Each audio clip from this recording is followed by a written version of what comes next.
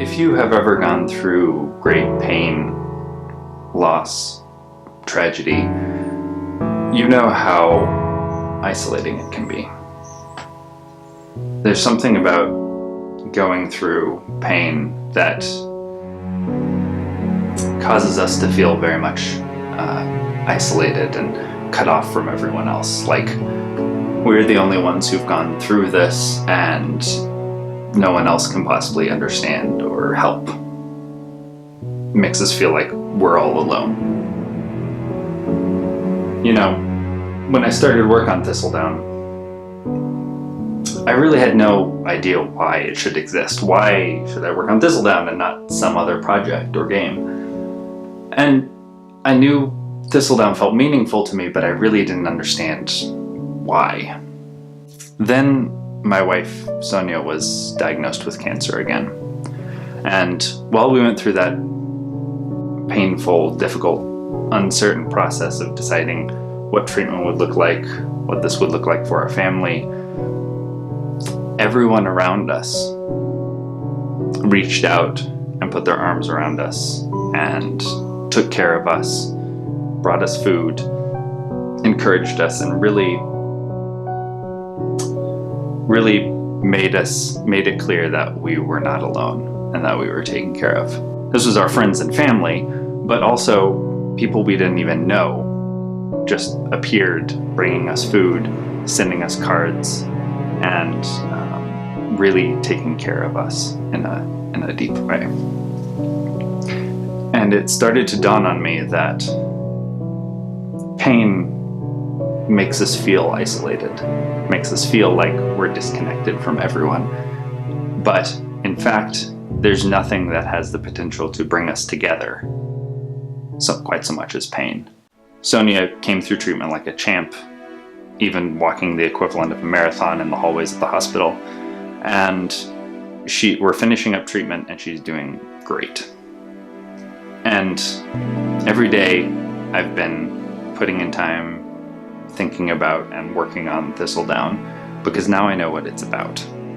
It's about pain and about this shared experience that we all have dealing with suffering and loss and difficulty. Thistledown spoke to me during that incredibly difficult time, and I hope that it will speak to you too. I believe in games as a serious storytelling medium.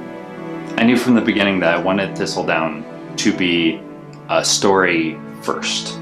So I spent months working and refining the script, and I formed a group of incredibly smart and literate script advisors who helped me tear my first drafts apart and make the script really as good as it could be. I also wanted to set the story in a world that was much bigger than the story itself. So I worked with my world-building collaborator, Davey, who has an encyclopedic knowledge of all things fantasy and magical. And he helped me construct this universe that is so much bigger and more beautiful than anything I could have made myself. And I populated the world of Thistledown with real characters. You walk up to the most insignificant character in Thistledown, and they will have a face, a name, a story to tell. They feel real, like real people, set in a real old world filled with magic. It's the kind of fantasy world that I love, a world that's grounded in reality and in our experience of pain and difficulty, but it also is magical and fantastic at the same time.